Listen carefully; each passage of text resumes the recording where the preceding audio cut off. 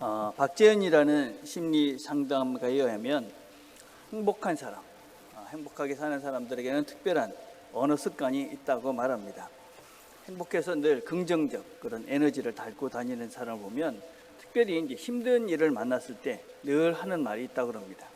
첫째는 뭐냐면 뭔가 이 힘든 상황 가운데서도 좋은 일이 있을 거야. 뭔가 가치 있는 일이 있을 거야. 이런 거를 이제 긍정적 재평가라고 그럽니다. 예를 들자면 코로나 시대에 참 어렵지 않습니까? 그렇지만 이게 우리한테 의미가 있는 시간이 될 거야. 개인적으로는 자신을 돌보는 시간도 되고 우리 가정이 서로 함께 많은 시간을 보낼 수 있었고 또 우리 교회에서는 예배나 이런 모임의 소중함을 다시 깨닫는 시간이 되었다. 그래서 어떤 상황을 보면 그걸 긍정적으로 재평가를 하는 사람이다. 두 번째는 긍정적으로 재초점을 맞추는 사람이라고 그럽니다. 그러니까 지금 힘들어도 이것만 끝나면 이 다음에는 좋은 게 있을 거야. 그래서 초점을 바로 긍정적인 것으로 보내는 거죠. 시험을 칠 때 스트레스를 막 받는데 시험만 끝나면 영어 보러 가는 거야. 운동을 하면서 그죠? 우리가 운동을 하면 막 힘이 드는데 운동을 하고 나면 살이 빠질 거야. 그래서 힘든 상황보다는 그 다음 상황으로 초점을 바꾸는 사람, 이런 사람이 행복하다는 거예요. 세 번째는 관점 전환의 언어입니다. 관점 전환. 그래서 이 정도면 다행이야.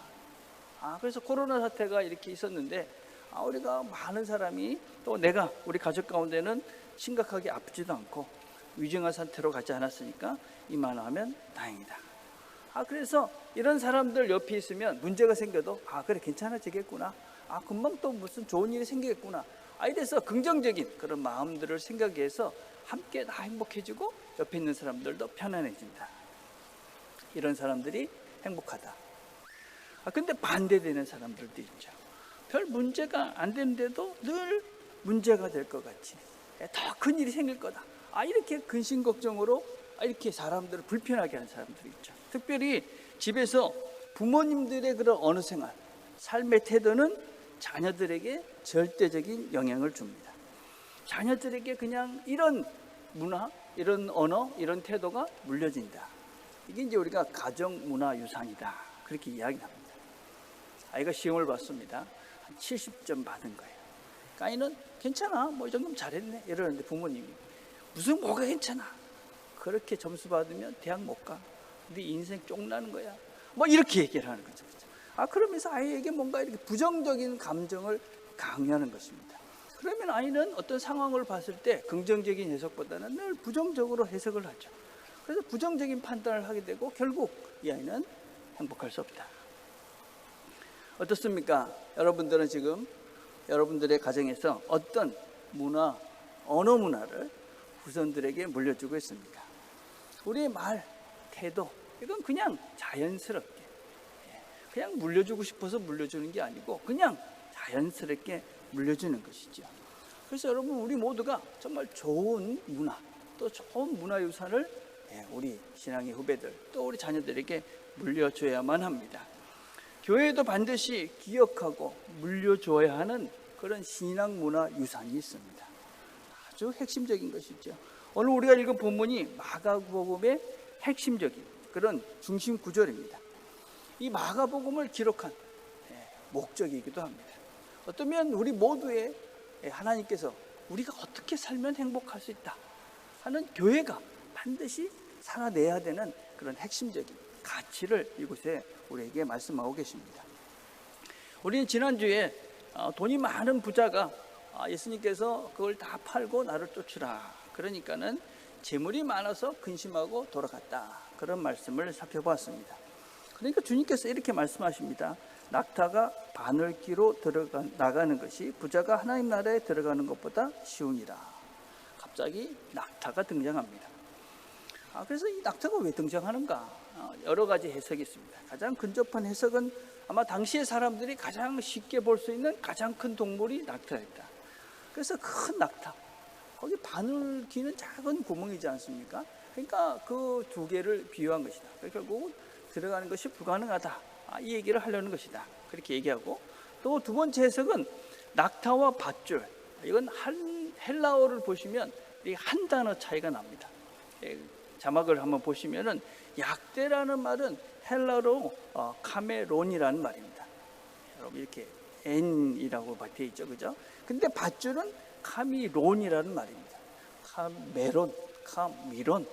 그래서 아마 이게 옛날에는 헬라 이 글로 복사기가 아니었잖아요. 다 이렇게 적다 보니까 아마 하나 글자를 잘못 쓰지 않았을까. 그래서 그게 밧줄이다. 좀 말이 맞지 않습니까? 밧줄이 바늘기에 들어가는 것이 어렵다. 이 칼빈의 주장입니다. 뭐 여러 가지 해석이 있지만 다른 건 다 무리한 해석들입니다. 결국 이 내용이 무엇이냐? 이 비유의 핵심은 부자는 하나님 나라에 들어가는 것이 불가능하다. 거의 불가능하다. 그 말입니다. 부자가 하나님 나라에 가는 것이 불가능하다. 근데 이 말씀의 결론은 거기서 끝나지 않습니다. 이 말씀의 결론은 어떻게 끝이 나는가 하면 10장 27절에 보면 예수께서 그들을 보시며 이르시되 사람으로는 할 수 없으되 하나님으로는 그렇지 아니하니 하나님으로는 다 하실 수 있느니라. 사람으로는 할 수 없다. 부자 자신의 돈을 앞세우고 인생을 살아가는 그 사람은 그 바늘귀 같은 거기를 통과할 수가 없다. 그 사람은 돈을 앞세우고 살아가는 그 사람은 하나님 나라에 들어갈 수 없다. 그렇지만 하나님을 앞세우고 그 하나님의 뒤를 따라가는 자는 하나님께서 그 하나님 나라에 들어갈 수 있도록 문을 열어주신다. 그 말입니다. 하나님은 길을 만드시고 문을 만드시는 분입니다. 그러니까 하나님을 앞세우고 가면, 그렇죠? 우리가 그리고 그 뒤를 따라가면 하나님께서 열어놓으신 그 길을 우리 모두는 제대로 들어갈 수가 있는 것입니다. 그래서 우리는 어떤 문도 하나님을 앞세우고 따라가면 우리는 그 문에 들어갈 수가 있다. 자, 그렇게 말씀하시고 난 다음엔 다시 자신의 고난과 죽음과 부활에 대해서 말씀을 하십니다. 33절에 보니까 보라 우리가 예루살렘에 올라가노니 인자가 대제사장들과 서기관들에게 넘겨지매 그들이 죽이기로 결의하고 이방인들에게 넘겨주겠고 그들은 능욕하며 침뱉으며 채찍질하고 죽일 것이나 그는 3일 만에 살아나리라. 예수님께서 고난과 죽음과 부활에 대해서 이야기를 합니다. 그런데 제자들은 이 말을 듣고 뭐라고 얘기합니까? 여짜오되 주의 영광 중에서 우리를 하나는 주의 우편에 하나는 좌편에 앉게 해 주십시오. 그러니까 예수님의 제자들은 예수님이 지금 고난을 받고 죽을 것이다. 그런데 여전히 그들의 관심은 하나는 오른편에 하나는 왼편에. 야고보와 요한이 나와서 그렇게 이야기를 하고 그 얘기를 들은 제자들은 화가 나가지고 어떻게 너희들만 높은 자리에 앉으려고 하느냐 그러면서 다투고 있습니다. 아니 똑같은 말씀을 이렇게 하면 도대체 주님 그게 무슨 말입니까? 이렇게 묻기를 해야 될 것 같은데 이들은 전혀 관심이 없습니다. 우리가 잘 아는 비유 중에 4개의 밭에 대한 그런 말씀이 있습니다. 그죠? 길가가 있고 돌짝밭이 있고 가시떨기가 있고 옥토가 있습니다. 옥토. 여러분 이 옥토에 떨어져야 저 씨가 열매를 맺죠. 자라서 열매를 맺습니다. 근데 여러분 이 옥토는 어떻게 됩니까? 그냥 가만히 있는데 옥토가 되느냐? 그렇지 않습니다. 옥토가 되기 위해서는 갈아 엎어버려야 합니다. 단단한 길이 갈아서 그것이 다 갈아 엎어져야 되고 그 안에 있는 돌들과 가시들이 다 골라내서 버려져야지만이 그 땅이 옥토가 되어집니다. 내 자신들이 먼저 내 자신을 먼저 갈아엎지 않으면 내 자신들의 속에 있는 그것을 갈아엎고 그 속에 있는 돌덩이들과 이런 가시덤불들을 다 내어버리지 않으면 내 고집과 내 신념과 내 생각과 내 이익과 내 원함들 이런 것으로 단단해져 있는 내 마음을 갈아엎지 않으면 그리고 그런 것들을 골라내지 않으면 바울의 말도 베드로의 말도 심지어는 예수님의 말씀도 들리지가 않습니다. 우리에게 무엇으로 단단해져 있고 굳어져 있고 가득 채워져 있는지 우리의 마음들을 먼저 갈아엎고 그곳에 하나님께서 버리라는 것을 내어버려야 하는 것이죠. 여러분 제자들은 지금 오직 높은 자리에만 관심이 집중되어 있습니다. 그 마음에는 다른 아무것도 없고 그냥 높은 자리, 세상에서 성공. 베드로가 이렇게 말합니다. 베드로가 여짜와 이르되 보소서 우리가 모든 것을 버리고 주를 따랐나이다. 이 모든 것을 버리고 주를 따랐습니다. 그러니까 주님, 우리가 뭔가 주님을 하셨으니까 주님도 우리를 위해서 뭔가 해 주셔야 하지 않겠습니까? 이 말이죠. 내가 주님을 위해서 했으니까 하나님도 나를 위해서 먼저 해 주십시오. 우리는 뭔가 이렇게 헌신을 하고 희생을 했다고 생각하면 그것에 대한 마땅한 보상을 기대합니다. 우리가 누구에게도 그죠, 그런 선의의 그런 행동들을 하고 나면 상대방도 어느 정도 나에게 그런 선의의 반응들을 기대하죠. 그죠? 한 번 져주기도 하고, 그죠? 두 번 져주고, 세 번 져주면 그래도 한 번은 저 사람도 져줄 걸 기대하죠. 근데 어떤 사람들은 그 마음을 알아주기는커녕 나를 호구로 여기고 함부로 대하고 이용하는 사람들도 있습니다. 그래서 우리는 양보하기를, 희생하기를 포기할 때가 종종 있습니다. 저건 몰라, 저게 나를 호구로 생각해, 이런 것이죠. 우리가 누군가에게 이렇게 뭔가를 베풀 때는 기대를 하는 것이죠. 근데 기대만큼 뭐가 안 되면 원망을 하기도 합니다. 그렇게 하지 말라. 여러분, 우리가 기쁘게 할 수 있을 만큼 아무런 보상이 없어도 괜찮은 마음, 그런 마음으로 우리가 다른 사람들을 섬겨가고 양보하고 희생하십시오.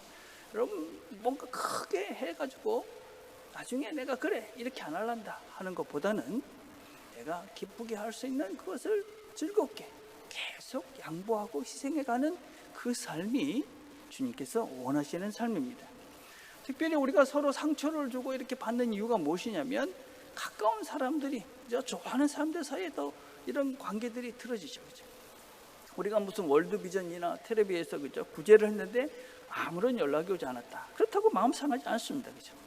근데 자녀가 또 아니면 부모가 또 친구가 힘들다고 그래가지고 내가 무료를 해서 도움을 줬는데 아무런 뭔가 반응이 오지 않으면 섭섭합니다. 아니, 내가 그렇게 애를 썼는데 이렇게 무심할 수 있는가? 혹시 여러분 그렇게 하시면 말을 하십시오. 내가 애썼다. 정중하게. 내가 애썼다. 너를 위해서 희생을 했다. 그 예의를 해주시고 네가 그런데 그걸 모르는 것 같아서 내가 섭섭하다. 그렇게 이야기를 하십시오. 그죠? 혼자서 그냥 원망하고 그냥 혼자서 그죠? 그렇게 그러다가 이제 네하고는 끝이다 그래. 그러지 마시고. 그죠? 우리는 우리 스스로가 만든 기대, 또 스스로가 만든 그런 반응, 이런 것들을 하면서 안 되면 혼자서 그렇게 또 실망하고 낙심하고 상처를 받습니다. 그렇게 하지 마라. 내가 생각하는 만큼 기대하는 것만큼은 잘 안 오죠. 그죠? 그런데 또 다른 반응도 있습니다. 그죠? 무슨 얘기냐면 베드로는 예수님께서 예수 따라오라 그랬을 때 다 버리고 예수님을 따랐습니다. 그래서 그들은 세상에서 성공한 높은 자리, 부자, 이런 자리를 기대했습니다. 근데 주님께서는 하나님께서는 그렇게 따라온 그들에게 그들에게 원하고 그들에게 주는 것들은 다른 종류의 반응이십니다. 하나님, 내가 이런 걸 다 포기하고 주님을 따랐습니다. 그렇게 얘기하시는데 주님은 다른 보상을 그들에게 주고 계십니다.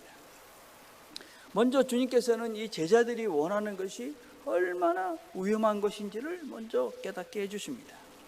예수께서 불러다가 이르시되 이방인의 집권자들이 그들을 의미로 주관하고 그 고관들이 그들에게 권세를 부리는 줄을 너희가 알거니와. 제자들은 높은 자리를 주십시오.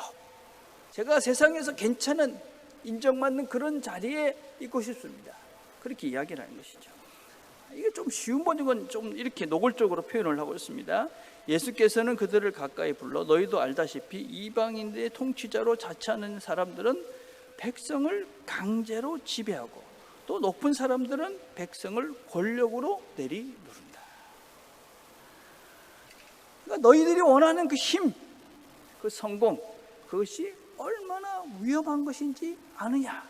이렇게 묻고 있는 것입니다. 사람들을 내리누르고 사람들을 괴롭힐 수 있는 그 힘이다. 그걸 너희들이 알고 있느냐? 한국 사회에서 가장 신뢰받지 못하는 사람이 누구냐면 정치인들입니다. 8% 정도가 신뢰합니다. 90% 이상은 이 사람들은 믿지 않는다 하는 것입니다.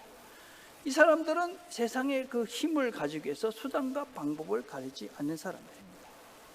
그런데 안타깝게도 우리는 그렇게 신뢰할 수 없는 사람들이 만들어가는 잘못된 생각, 그들이 사람들을 서로 미워하게 하고 혐오하게 하고 자신의 이익을 위해서 사람들을 미워하게 만들어가는 그런 것에 미혹이 되어서 거기에 동조하는 어리석음을 변합니다.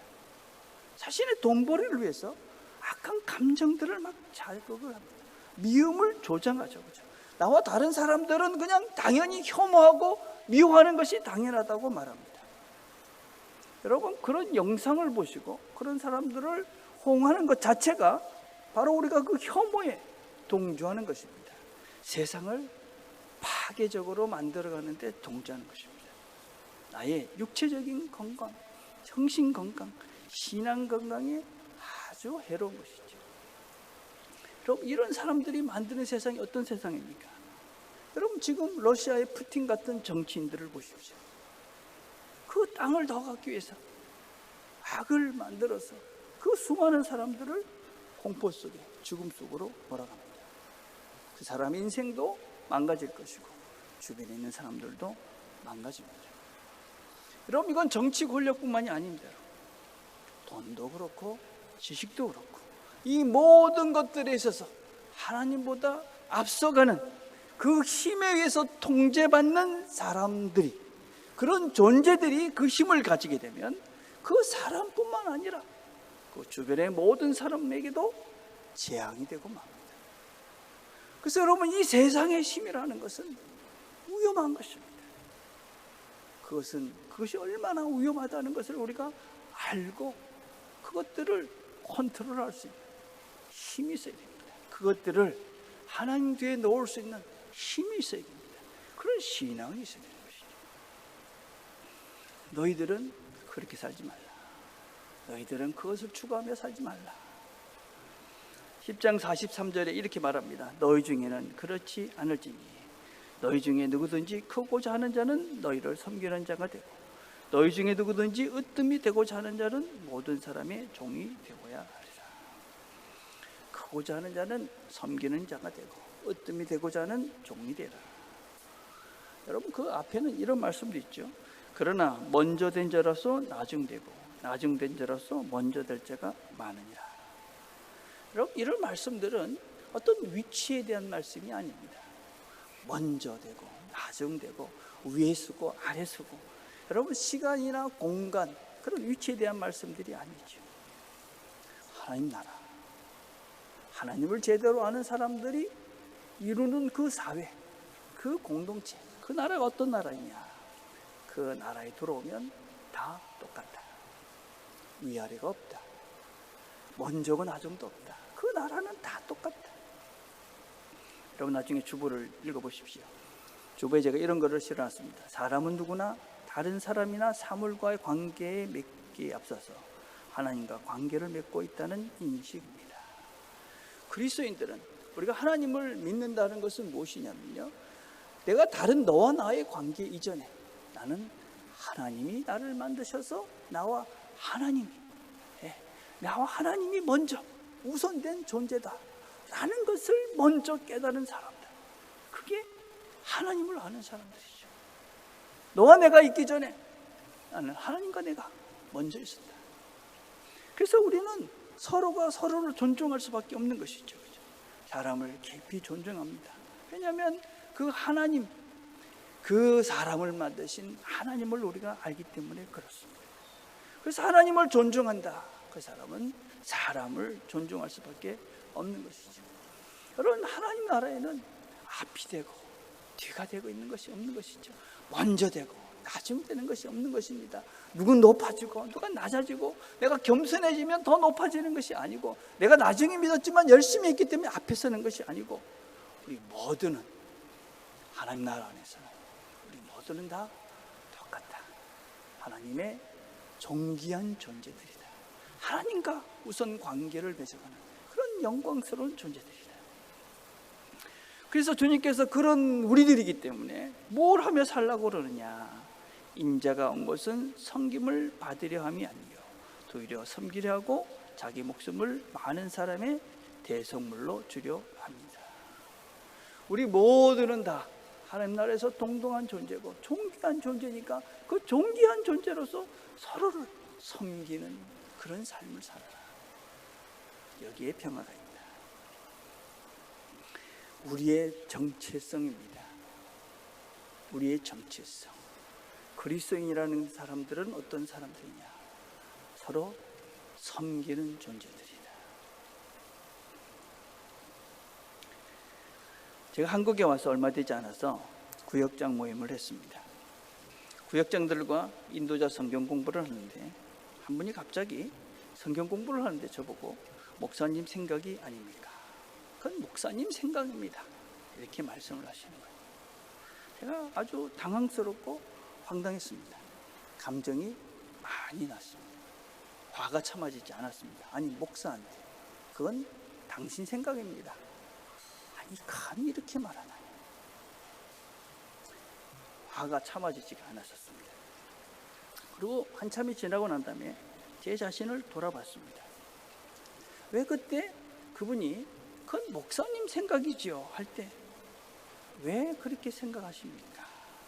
아니면 그럴 수도 있네요. 왜 나는 그렇게 하지 못했을까? 왜 나는 그때 화가 났을까? 제 자신을 돌아봤습니다. 먼저는 제가 미숙해서 그랬죠. 그분을 좀 더 받아줄 수 있는, 그만큼 내가 그릇도 작았고 성숙하지도 못했습니다.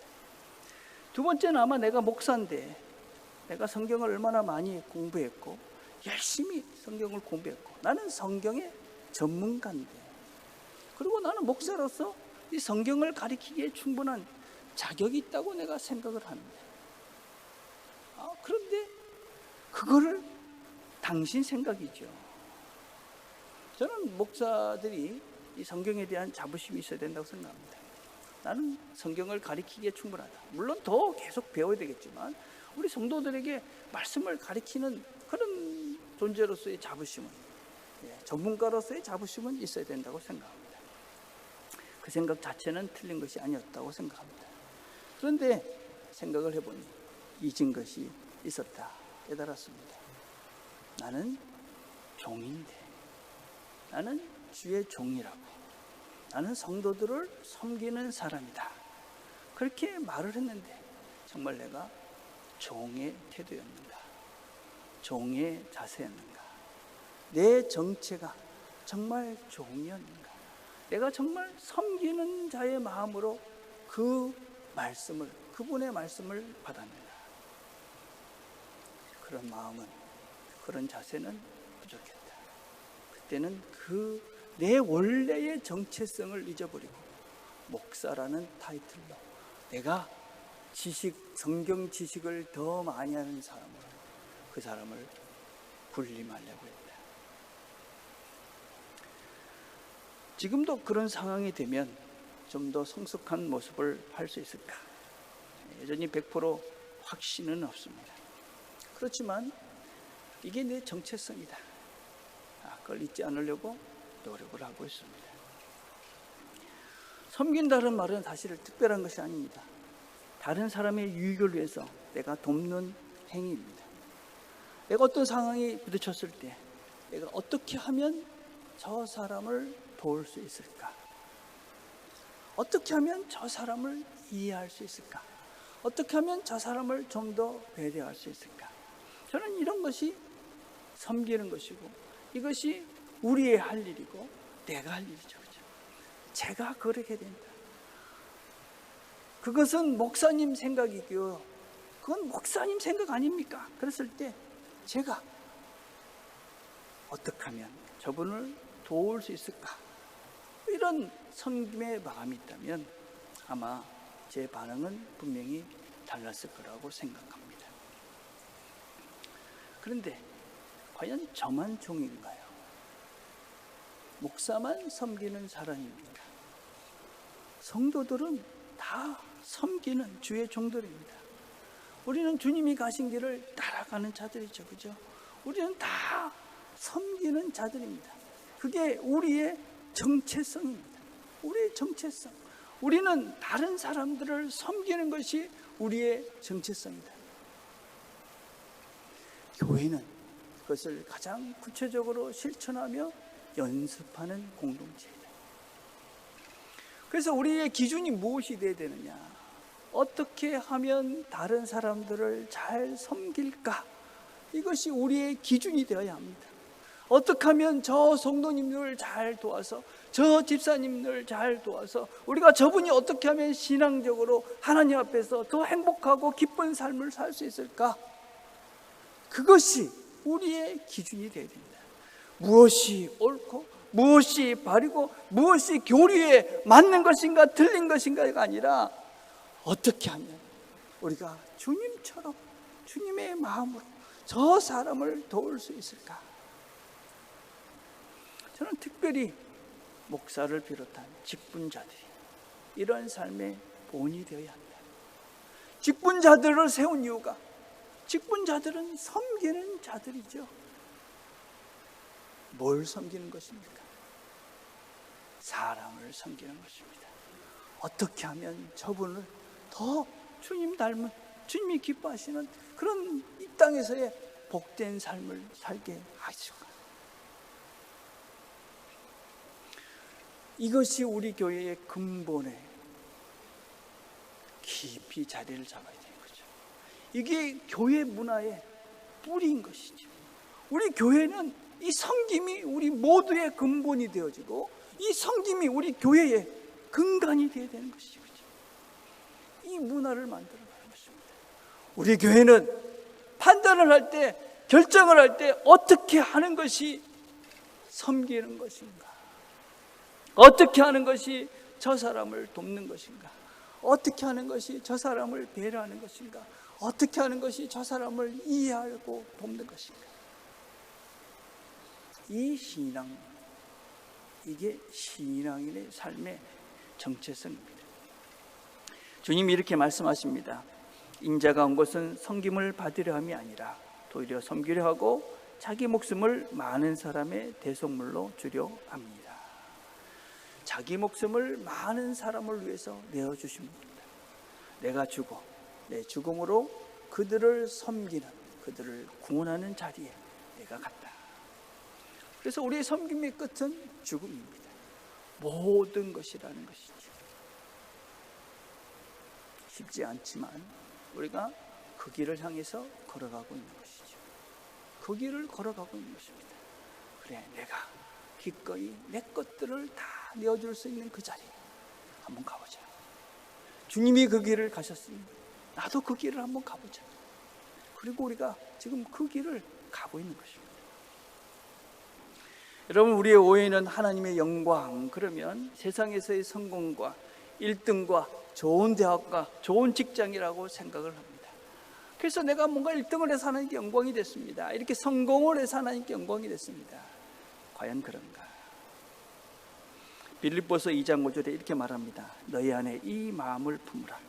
곧 그리스도 예수의 마음이니 그는 근본 하나님의 본체시나 하나님과 동등됨을 취할 것으로 여기지 아니하시고 오히려 자기를 비워 조의 형체를 가지사 사람들과 같이 되셨고 사람의 모양으로 나타나사 자기를 낮추시고 죽기까지 복종하셨으니 곧 십자가에 죽으십니다.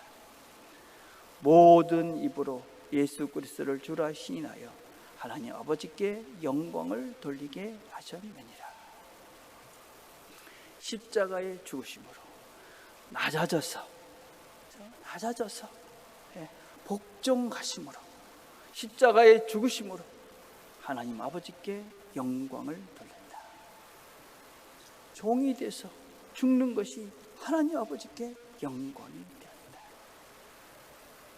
여러분, 다른 사람들을 위해서 기꺼이 자기 자신을 내어주신 그 예수님의 죽으심, 낮아지심이 하나님께 영광이 된다. 하나님이 그렇게 드러나셨다 하는 것입니다.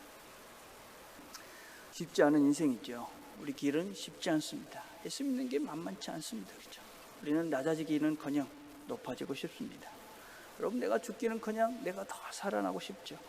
우리는 우리의 힘으로 다른 사람을 억누르고 싶고 통제하고 싶고 그 사람들을 내 맘대로 하고 싶은 욕망들이 훨씬 더 많습니다. 근데 안타깝게도 그런 삶에는 하나님이 없습니다. 하나님이 나타나지 않습니다. 거기에는 평화가 없습니다. 여러분 보십시오. 높아져 가려고 아등거리면서 서로가 더 가지려고 치열하게 서로 죽이고 죽고 하는 그 자리에 평화가 없습니다. 거기에는 영생도 없습니다. 왜 하나님께서 우리에게 낮아져서 남을 섬기라 하십니까? 여러분, 그 삶에는 진짜 행복이 있습니다. 요새는 심리학에서 많은 연구를 하는데 그런 연구들도 있습니다. 받는 자보다 주는 자가 더 복되다. 이런 연구가 실제적으로 있어요. 우리가 누구를 도와주면 기분이 좋아지죠. 연구를 했어요. 도움을 주는 사람과 받는 사람, 누가 더 행복한가? 3배 이상이 주는 자가 훨씬 더 행복한 호르몬이 나옵니다. 그 노인학 저널이라는 것이 있습니다. 그 저널을 보니까 거기에 어떤 실험을 했냐면 노인들에게 한 번은 무슨 그 마사지를 본인이 받게 했습니다. 다른 사람이 마사지 하는 걸 받은 것이죠. 그러고 난 다음에 이제 테스트, 그 결과를 측정을 했습니다. 어떻게 감정이나 이 몸이 얼마나 달라졌는가 측정을 했어요. 그러고 난 다음에 동일한 그 사람에게 조금 시간이 지나고 난 다음에 아이들을 마사지를 막 해주게 했습니다. 그러고 난 다음에 동일하게 또 측정을 했습니다. 근데 자신이 마사지를 받은 것보다 아기를 마사지 해준 것이 육체적으로, 정신적으로 훨씬 더 건강한 결과가 나왔습니다. 부부간에 그래서 마사지를 해주는 사람이 더 건강해진다. 꼭 가서 실천을 해보시길 바랍니다. 제가 우리 집사람이 듣고 있어서 좀 불리한 것 같긴 한데, 여러분, 이런 모든 것들이 하나님께서 우리에게 이 길을 걸어가게 하시는 이유는요, 실제 우리의 삶이 행복해지는 겁니다. 여러분, 가정에서 이것이 옳은가 저것이 옳은가 그렇게 따지는 것이 아니라, 누가 잘했나 누가 못했나 그걸 따지는 것이 아니라, 어떻게 하면 우리 자녀를, 어떻게 하면 우리 부모를 이해하고 돕고 함께 할 수 있을까? 여러분, 그렇게 우리의 생각의 방향을 바꿔가면 가정이 행복해지죠. 우리가 어떻게 하면 더 나누고 더 베풀고 더 줄 수 있을까? 여러분, 어떻게 내가 다른 사람을 도와줄 수 있을까? 그렇게 생각하기 시작하면 내가 다른 사람들을 도와주고 베풀 수 있는 것들이 보이기 시작하죠. 이렇게 도와줄 수 있겠구나, 이걸 나눌 수 있겠구나.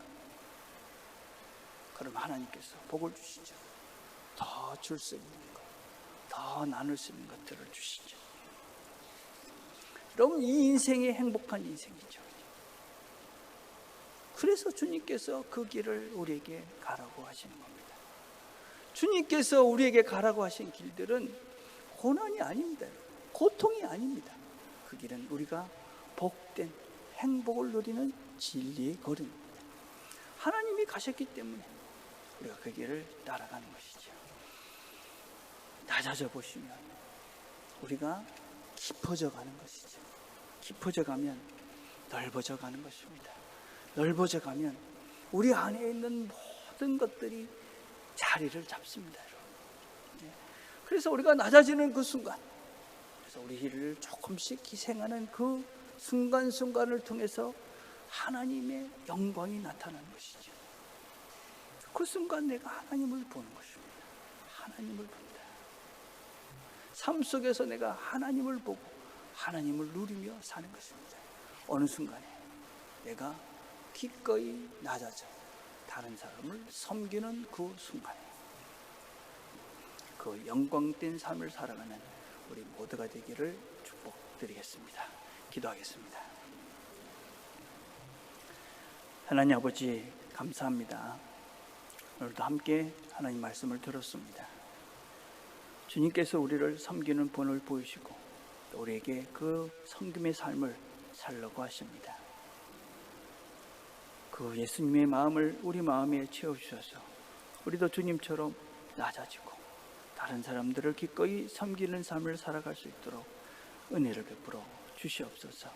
그래서 우리의 삶을 통해 하나님의 영광이 드러나고 또 우리가 하나님을 보고 우리가 하나님의 영광 속에서 하루하루 복된 걸음들을 걸어가는, 생명의 걸음들을 걸어가는 우리 모두가 되도록 축복해 주시옵소서. 예수님의 이름으로 기도드립니다. 아멘.